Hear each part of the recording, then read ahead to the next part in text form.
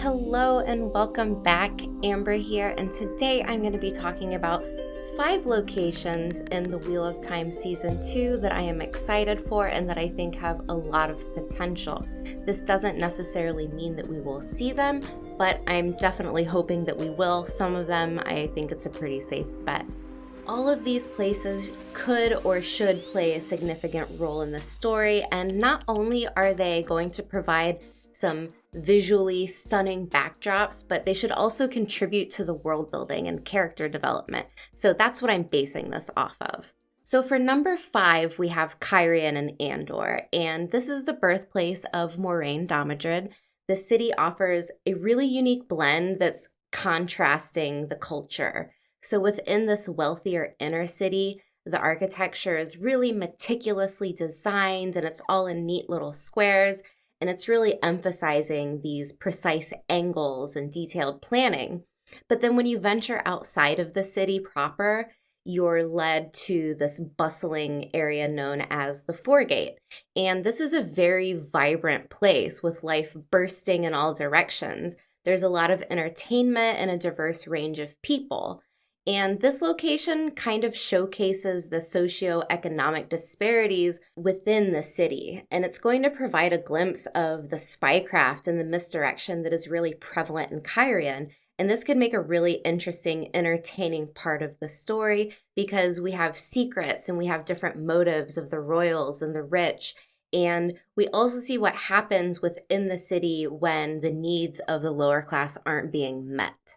Now, number 4 takes us to various areas within the White Tower, and Rafe Judkins, the showrunner, has said that we are going to be seeing a lot more of the White Tower, and it's going to be a central focus of Season 2. And this is obviously a central hub of the Aes Sedai, the Channelers.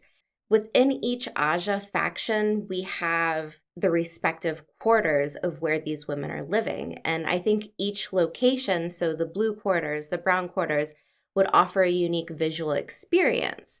So, for example, the brown Aja quarters could be featured with scattered books and candles and maybe an owl or two evoking this scholarly atmosphere. And then the yellow Aja quarters could showcase some apothecary bottles and herbs, emphasizing their dedication to healing. I also think it would be really cool to see the White Tower kitchens, which would have a glimpse of this immense scale of the institution.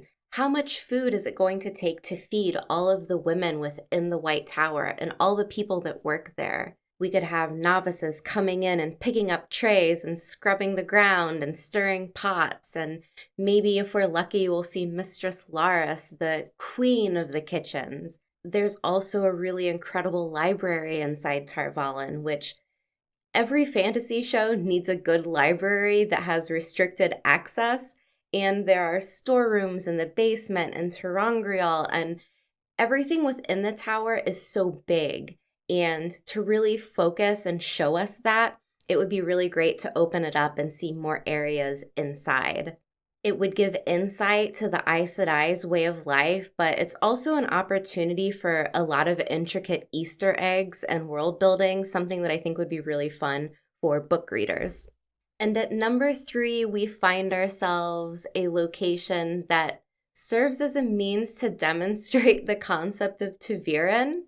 And this is a person with this influence on the pattern of destiny.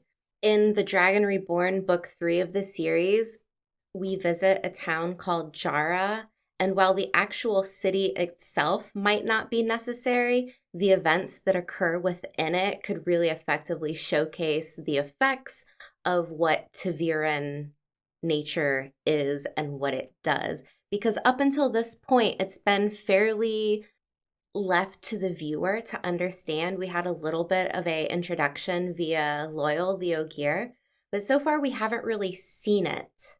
So within the city, a lot of peculiar incidents take place, such as mass marriages and white cloaks abandoning their orders.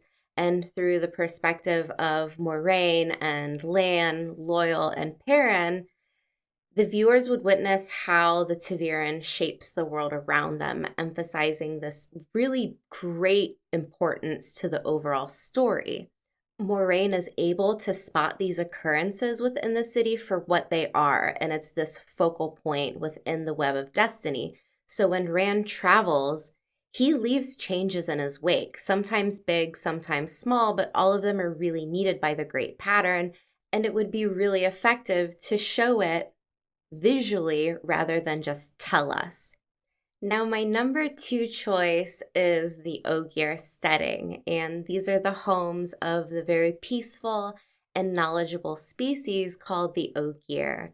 And I think these locations would be a really great opportunity for world building and exploring what the Ogear holds sacred and what their motivations are. While they typically live removed from the outside world, when the Ogear are faced with the imminence of the last battle, their hidden capabilities and determination to protect what they cherish is going to be showcased, and it's going to be very important to the story.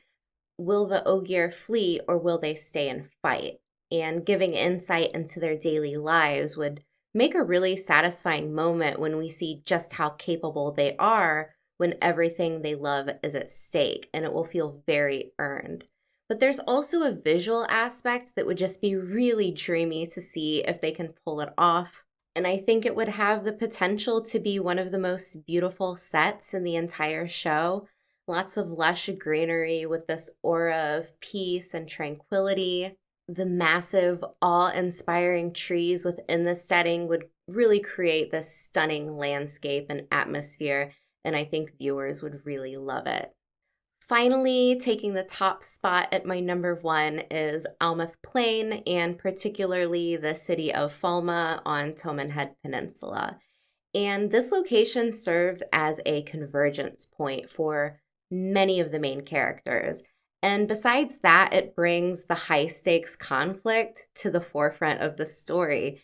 The Seanchen's fleet is destructive and powerful, and its impact on the coastlines and beaches and seaside villages would be a really fun backdrop.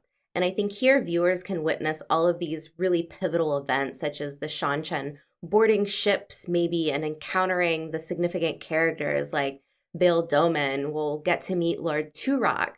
But beyond its plot significance, Almouth Plain marks a turning point in the series, and it's a big one. I feel like Robert Jordan's narrative voice kind of fully steps in, and it takes the story to a greater complexity, and things just get a lot bigger and a lot more spread out.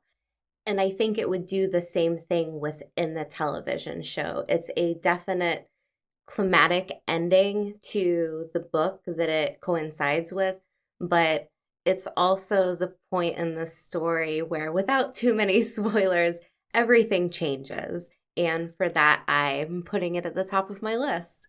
So within these 5 locations, Kyrian, the White Tower, Jara, the Ogear setting, and Almouth Plain, I think season 2 of The Wheel of Time promises a really immersive setting, and I really hope that we get even some of these. I think most are a really safe bet. I don't know if we are going to see an Ogear setting, but fingers crossed. I really want it, and I have all of my hope within the production design. They've done a really good job, and I've been loving the sets. So here's the season 2. Let's see if I get any of these right. Thanks for listening. Thanks for watching. And if you would like and subscribe to the channel, that would help me out a lot. And I will see you next time.